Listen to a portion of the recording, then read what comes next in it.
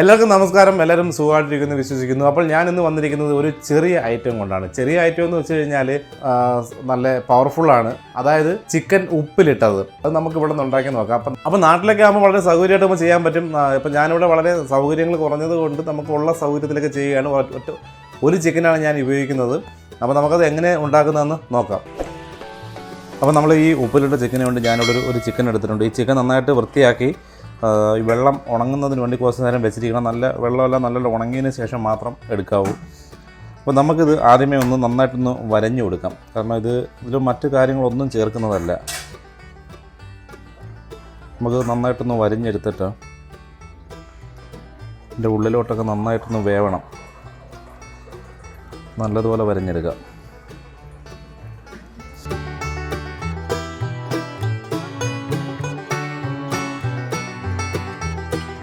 എല്ലാ ഭാഗത്തും നല്ലതുപോലെ ഒന്ന് വരഞ്ഞ് അതിൻ്റെ ഉള്ളിലോട്ട് നന്നായി വേവത്തക്ക രീതിയിൽ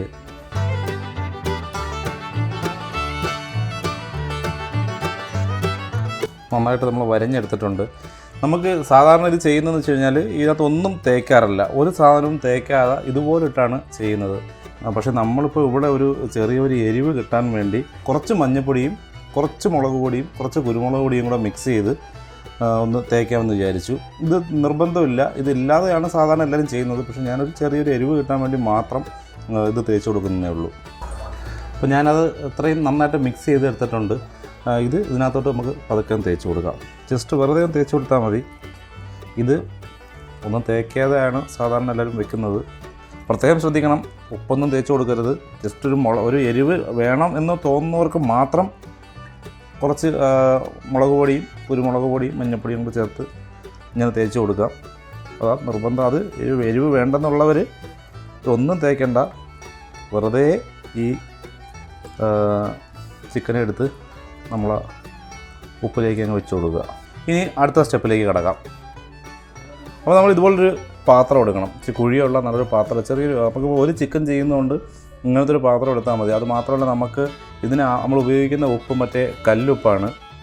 കല്ലുപ്പെന്ന് വെച്ചാൽ മറ്റേ പരലുപ്പ്, നാട്ടിലൊക്കെ നമ്മൾ ഉപയോഗിക്കുമല്ലോ, ആ വലിയ ഉപ്പ്, അതാണ് നമ്മൾ ഉപയോഗിക്കുന്നത്. അപ്പോൾ ഇതുപോലെ ചെറിയൊരു പാത്രം എടുത്തിട്ട് നമ്മൾ ആ പാത്രത്തിലേക്ക് ആ വലിയ ഉപ്പ് നമുക്ക് തട്ടി കൊടുക്കാം. ചെറിയൊരു കനത്തിൽ മതി, ഒരുപാട് വേണ്ട. അതിങ്ങനെ ആ പാത്രത്തിലേക്ക് നിരത്തിയിട്ട് കൊടുക്കണം. കുറച്ചും കൂടി ഇട്ട് കൊടുക്കുക.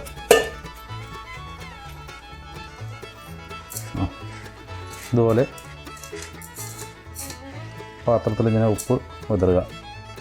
ഉപ്പ് വിതറിയതിന് ശേഷം എന്നിട്ട് നമുക്ക് ഇതുപോലൊരു സാധനം, ഇപ്പോൾ ഇതെന്ന് വെച്ച് കഴിഞ്ഞാൽ നമ്മുടെ ഈ അടുപ്പിൽ നിന്ന് ചോറും മറ്റ് കറികളൊക്കെ ഇറക്കി വെക്കാൻ ഉപയോഗിക്കുന്ന സാധനം, അത് നടുക്കിലോട്ടൊന്ന് വെച്ച് കൊടുക്കാം. അത് ഇല്ലെങ്കിലും കുഴപ്പമില്ല. കാരണം ഈ ചിക്കൻ ഉപ്പിൽ തട്ടി നിൽക്കുന്ന ഭാഗം, അത്രയും ഭാഗം കരിഞ്ഞു പോകാൻ ചാൻസ് ഉണ്ട്. അപ്പോൾ അതിനു വേണ്ടി നമ്മൾ മാക്സിമം രീതിയിൽ ഈ ഉപ്പുമായിട്ട് തട്ടി നിൽക്കാതിരിക്കാൻ വേണ്ടി ഇങ്ങനൊരു സിസ്റ്റം ചെയ്ത് നോക്കുന്നത് നന്നായിരിക്കും. അത് വെച്ചിട്ട് അതിൻ്റെ അകത്ത് കിടക്കുന്ന കുറച്ച് ഉപ്പ് നമ്മൾ വാരി മാറ്റുക. മൊത്തത്തിലങ്ങ് വാരി കളയരുത്, കുറച്ച് കുഴി പോലാക്കി വെക്കുക. ചുറ്റും ഈ ഉപ്പ് ഇതുപോലെ വെക്കുക. എന്നിട്ട് നമ്മുടെ ചിക്കൻ എടുക്കുക. നമുക്ക് ചിക്കനെ എടുത്ത് ഇങ്ങനെ വെച്ച് കൊടുക്കുക. ഇതിലേക്ക് ചെറുതായിട്ടൊക്കെ ഒരു ടച്ചിങ്സ് ഉണ്ടായാലും കുഴപ്പമില്ല. അപ്പോൾ നമ്മളിത് വെക്കുമ്പം മാക്സിമം അത് തട്ടാതെ വെക്കാൻ പറ്റുവാണെങ്കിൽ അതായിരിക്കും നല്ലത്. ഇൻ കേസിന് തട്ടിയേ വെക്കാൻ പറ്റത്തുള്ളെങ്കിൽ ആ ചെറിയ കാലിൻ്റെ ഈ രണ്ട് ഭാഗവും ഈ ഭാഗവും മാത്രം അതിൽ തട്ടുന്ന രീതിയിൽ വേണം വെക്കാൻ. ഒരുപാട് മാംസം പിന്നെ ഉപ്പിനകത്ത് തട്ടാതെ സൂക്ഷിക്കുക. അപ്പോൾ നമ്മളിപ്പോൾ ഈ പാത്രം ഒന്ന് മാറ്റിയിട്ടുണ്ട്. കാരണം ഇപ്പം മറ്റേ പാത്രം വെച്ച് നമുക്ക് ഇവിടെ ഇത് മാവ് വെച്ചിട്ട് അടയ്ക്കാനുള്ളതാണ്. മറ്റേ പാത്രം ഇങ്ങനെ ഷാർപ്പ് എഡ്ജ് ആയതുകൊണ്ട്, ഇങ്ങനെ മുകളിലോട്ടിരിക്കുന്ന എഡ്ജ് ആയതുകൊണ്ട് നമുക്ക് മാവ് വെച്ച് ക്ലോസ് ചെയ്യാൻ പറ്റത്തില്ല. അപ്പോൾ ഞാൻ ഇങ്ങനൊരു പാത്രം എടുത്ത് അതിനകത്ത് ഇതുപോലെ വെച്ചു. അങ്ങനെ വെച്ചപ്പോൾ വേറൊരു ഈ ചിക്കൻ ഇതിൽ തട്ടുന്നുണ്ട്, അടിയിലോട്ട് തട്ടുന്നുണ്ട് ഒരുപാട്. കാരണം ഇവിടുത്തെ ഈ ചിക്കനെല്ലാം ഈ കാലിൻ്റെ ഭാഗമെല്ലാം ഭയങ്കരമായിട്ട് അത് ആ ബോഡിയിൽ നിന്നും വിട്ടിട്ട് ലൂസായിരിക്കുന്നത്. അപ്പോൾ ഞാൻ 2 ചിക്കൻ ഉണ്ടായിരുന്നു. 2 ചിക്കൻ എടുത്ത് നോക്കിയപ്പോഴും അതങ്ങനെ ലൂസായി കിടക്കുക. അങ്ങനെ കിടക്കുന്നുണ്ട്. അപ്പോൾ ഞാൻ വേറൊരു ഐഡിയ വെച്ച് നോക്കുകയാണ്. ഇതുപോലെ വളരെ ചെറിയൊരു പാത്രം വെച്ചിട്ട് അതിൻ്റെ മുകളിലേക്ക് ഈ ചിക്കൻ ഇങ്ങനെ വെച്ച് കൊടുക്കുക. അപ്പോൾ ചിക്കൻ ഡയറക്റ്റ് എങ്ങും ഈ ഉപ്പുമായിട്ട് എങ്ങും ടച്ച് വരുന്നില്ല. ഇങ്ങനെ വെച്ചിട്ട് ജസ്റ്റ് ഒന്ന് ട്രൈ ചെയ്ത് നോക്കാം, എങ്ങനെ വരുമെന്ന് നോക്കാം. നമുക്കത് നേരെ വരുമായിരിക്കും. എന്തായാലും നമുക്കിതൊന്ന് ട്രൈ ചെയ്ത് നോക്കാം. ഇനി നമുക്ക് ഈ ഭാഗം മുഴുവൻ മൈദാമാവ് കൊണ്ട് ക്ലോസ് ചെയ്യണം. കാരണം എയർ ഒട്ടും വെളിയിൽ പോകാതെ നമ്മൾ ബിരിയാണിക്കൊക്കെ ഈ ദം ചെയ്യുന്നത് പോലെ ഇതുപോലെ കുറച്ച് മാവ് കുഴച്ചെടുത്തിട്ട് നമുക്കതിങ്ങനെ ഇതിൻ്റെ ചുറ്റും വെച്ച് കൊടുക്കാം.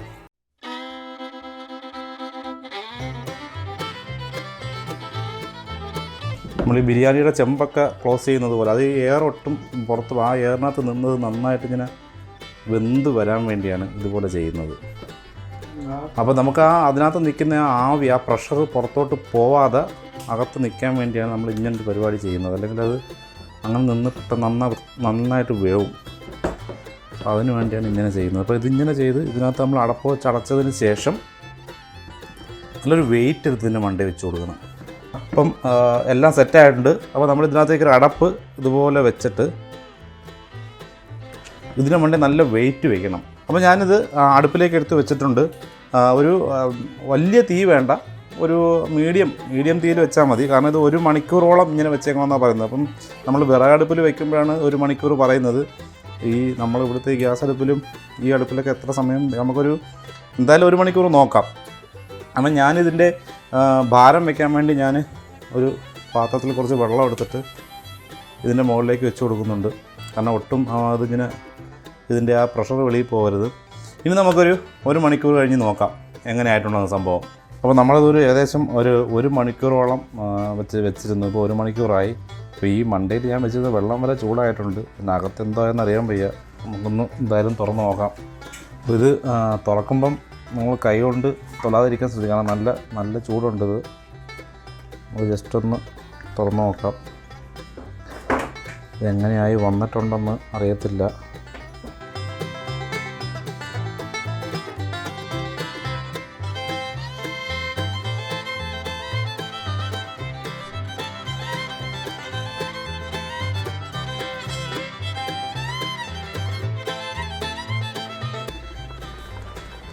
നല്ല സൂപ്പറായിട്ട് വെന്തിട്ടുണ്ട്. നല്ല മണം വരുന്നുണ്ട്. എന്തായാലും നല്ല രസമുണ്ട് കാണാൻ. നല്ല ഇറച്ചിയൊക്കെ നന്നായിട്ട് വെന്തിട്ടുണ്ട്. ഇറച്ചിയൊക്കെ നന്നായിട്ട് വെന്ത് വരുന്നുണ്ട്.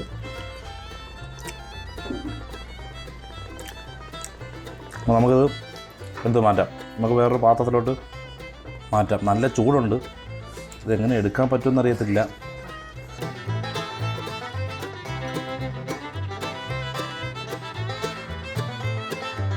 നല്ല ചൂടാണ്. എടുക്കുന്ന ഭയങ്കര പാടാണ് എടുക്കാൻ.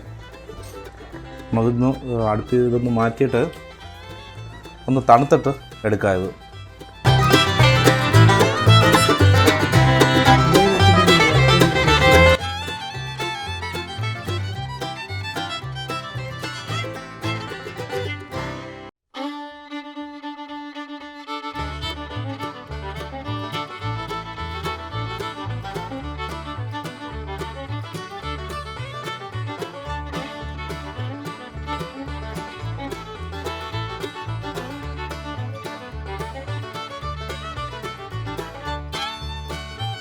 അപ്പം നമുക്കിത് കഴിച്ച് നോക്കാം. അപ്പോൾ ഞാനിത് കഴിക്കാൻ വേണ്ടി ചപ്പാത്തി ഉണ്ടാക്കി എടുത്തിട്ടുണ്ട്. പിന്നെ ഒരു പുതിനയില ചട്നിയും. അപ്പോൾ നമുക്കിത് എങ്ങനെയുള്ളതെന്ന് നോക്കാം. അപ്പോൾ കഴിക്കുന്നതിന് മുന്നേ നമുക്ക് കുറച്ച് നാരങ്ങ ഇതിൻ്റെ മുകളിലോട്ടൊന്ന്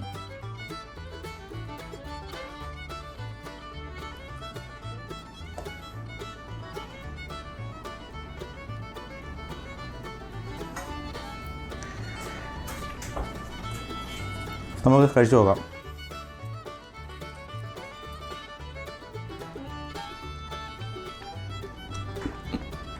പൊളി സാധനം, അടിപൊളി, നല്ല ടേസ്റ്റുണ്ട്, നല്ല രസമുണ്ട്. ഇത്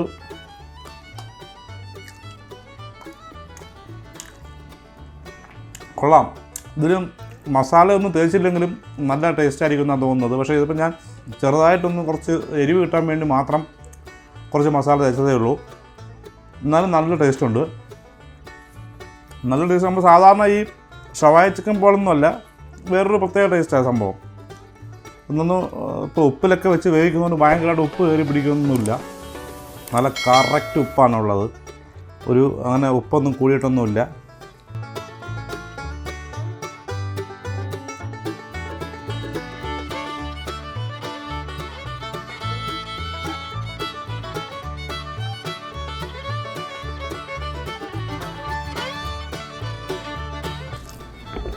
നമുക്കതിൻ്റെ ഇറച്ചി മാത്രം കുറച്ചെടുത്ത് തിന്ന് നോക്കാം.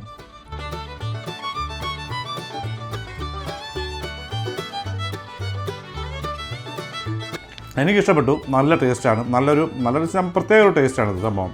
അപ്പോൾ നിങ്ങളെല്ലാവരും പറ്റുമെങ്കിൽ മാക്സിമം ഒന്ന് ചെയ്ത് നോക്കുക. നല്ലൊരു ഡിഷാണ്. നല്ല വെറൈറ്റി ഡിഷാണ്. എല്ലാവർക്കും ഇഷ്ടപ്പെടും, അത് ഉറപ്പായ കാര്യമാണ്. അപ്പോൾ എല്ലാവരും വീഡിയോ ഇഷ്ടപ്പെട്ടെങ്കിൽ ദയവായി ചാനൽ സബ്സ്ക്രൈബ് ചെയ്യുക, ലൈക്ക് ചെയ്യുക, ഷെയർ ചെയ്യുക. അപ്പോൾ വീണ്ടും മറ്റൊരു മനോഹരമായ വീഡിയോയുമായി വരുന്നത് വരെ ബൈ ബൈ.